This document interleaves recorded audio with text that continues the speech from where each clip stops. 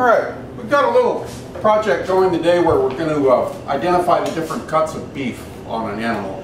And the way we're going to do this, that's different from what gets done other places, is we're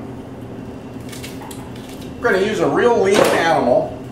It's a young heifer that really didn't put on much weight, and the guy just wants to make hamburger out of the whole thing. Mm-hmm. And what's nice with a lean animal is that you can see all of the different parts, the different subprimal cuts.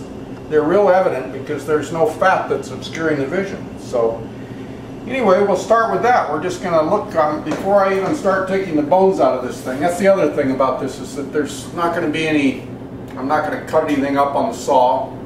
I'm just going to take the bones out and identify these cuts during that and also beforehand, which we're good to do right now.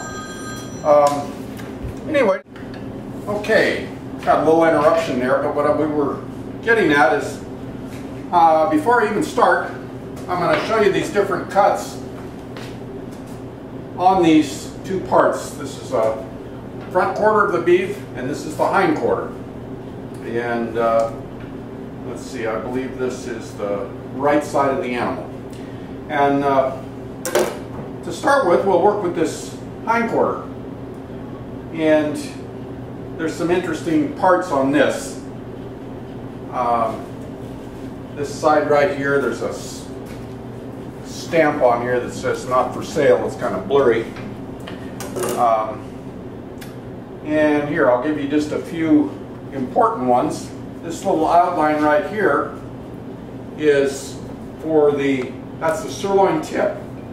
And if you live out here on the West Coast, you hear a lot about tri-tips. And on this beef here, you can actually make out the shape of the tri-tip, where it attaches to the sirloin tip, and then it comes down here like this and attaches to the top sirloin. You can see those seams, and that's pretty neat. That's something you can't do on a choice beef.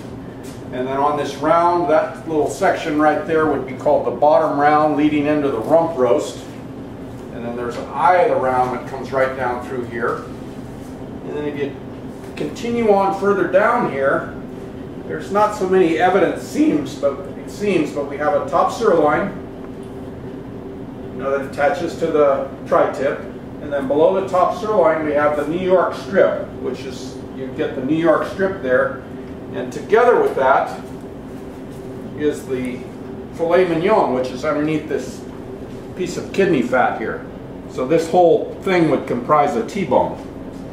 And then we also, this part I'm going to loosen up here, this is the flank.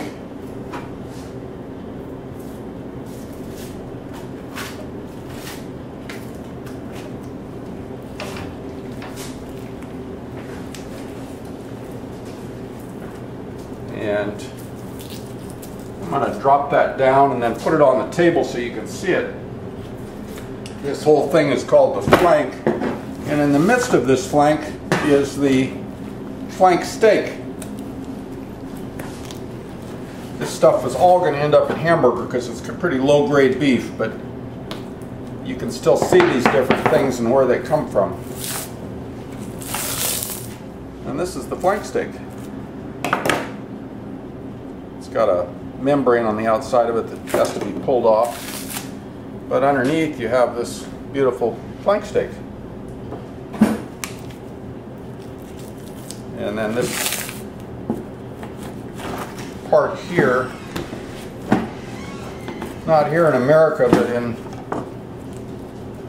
well, like in Argentina, they cut this section off. And it's a piece that has a lot of nice texture to it. I believe they call it a vaseo. It makes a nice barbecue piece. We don't do that here in this country. We make it into ground beef. Okay, well that takes care of just the basic identification. Oh, there was one other piece here. There's this big section of the round is called either an inside round because it's on the inside, which would be like the thigh. It's also known as the top round, which you see, you go to a grocery store, that's what they usually cut a London broil out of. It's not a real, they call it a top round. It's a big It's a large muscle with not too many seams in it, but it's not a real tender one. It's unless it's a real choice beef. So anyway, here we go. Let's do the same thing with the front quarter. And here you've got a multitude of cuts that are real evident. Running right down through here, up against the backbone, is the ribeye. You know, there's no marbling on this because it's a lower grade beef, but that's where your prime rib roast would come from, or your ribeye steaks. And it's a real evident, you know, division from the rest of the beef. You can see that on this beef. And then over here, you've got the top of the blade bone comes down this way. This is the chuck. But right on the very top of that blade bone, this little piece here, it's pretty evident. That's what's known as the flat iron. That's a cut that nobody knew anything about, or not very many people except in wholesale meats knew anything about until just a few years ago.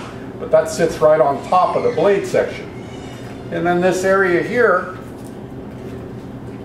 is what's known as the cross rib or the clod. And then to turn this thing around, yeah, we don't need to turn it around. We can do one more cut here. You've got the shank, and then right down through here, you've got the brisket. And then you turn this thing around,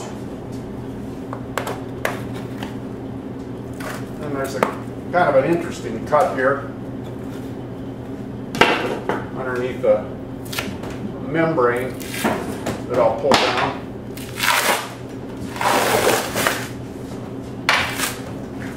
Yeah, if you're from Texas or California or a few other places, you might recognize this cut. It's actually part of the diaphragm. The lungs connect to that. That's a skirt steak. So anyway, and then here we've got short ribs, or just ribs in general. And there's two different divisions to the ribs. There's this, you go up 1, 2, 3, 4, 5. And these down this way, they're called the chuck ribs. And then these next three are just nice short ribs. And then these ones up here are usually not used as short ribs because they're too, they have very little meat on them. But these ribs right down here, these are your chuck ribs, or sometimes they call them kosher ribs. Those are your best sorts of short ribs.